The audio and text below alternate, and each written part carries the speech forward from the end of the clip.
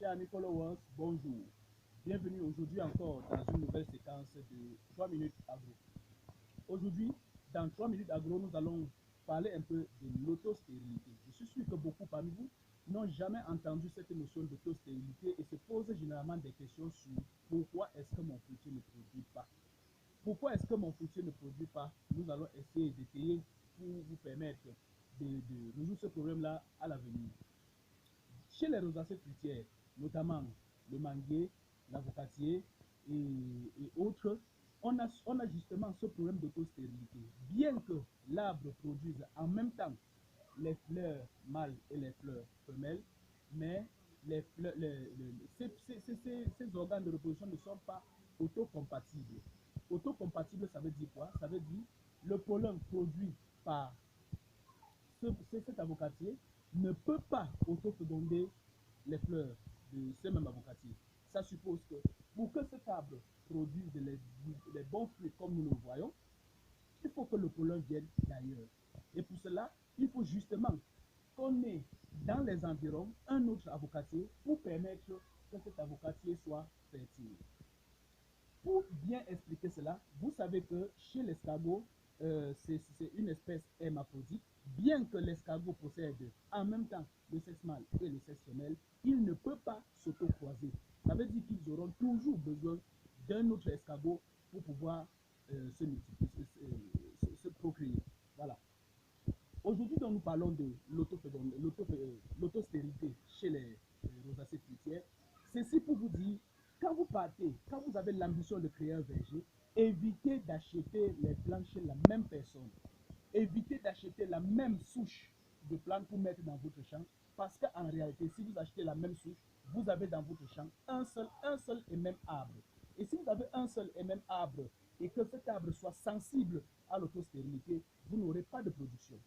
Pour faire un verger productif, il vous faut passer dans 2 ou 3 structures sémencières pour acquérir les plants. En passant dans 2 ou 3 structures sémencières, vous multipliez vos chances de ne pas avoir le même arbre dans votre champ.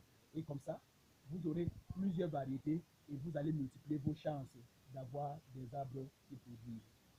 Ne vous inquiétez pas quant à la diversité des variétés dans votre champ. À la première génération, les caractéristiques organoleptiques des fruits ne changeront pas. C'est justement à la F2, selon la loi de Mendel, la deuxième loi de Mendel, que vous aurez la ségrégation des caractères. Ça veut dire, quand vous allez prendre le noyau de ce fruit, par exemple, parce que ce fruit est très bon, quand vous allez prendre le noyau de ce fruit et que vous allez aller mettre dans votre champ, les chances pour que vous ayez le même fruit sont très faibles.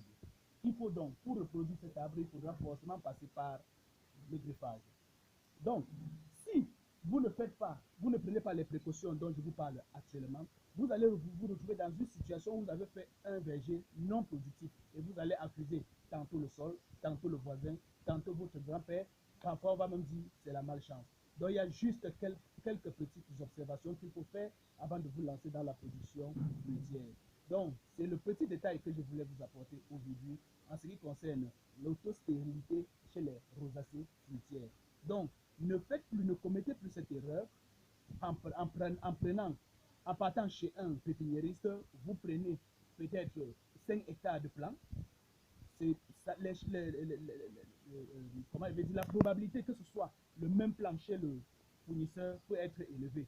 Et lui, ayant besoin de son argent, il peut toujours ne pas vous dire la vérité sur les variétés.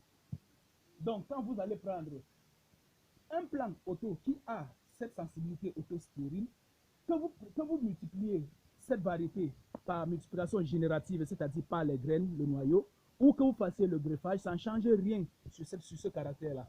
Donc, la seule façon d'éliminer cela, c'est de mettre plusieurs variétés dans le même espace. Si vous mettez déjà dans un hectare, vous mettez seulement 3 pieds d'une variété différente, cela suffit à rompre cette malédiction, entre guillemets, cette malédiction que votre verger ne produise pas, parce que le pollen de ces 3 arbres vont couvrir et résoudre le problème en termes de fertilité. Ok, je vous donne rendez-vous encore la prochaine fois pour une autre séquence de 3 minutes agro et je vous remercie toujours de suivre ces petites vidéos que je fais de temps en temps pour édifier les producteurs. Ciao.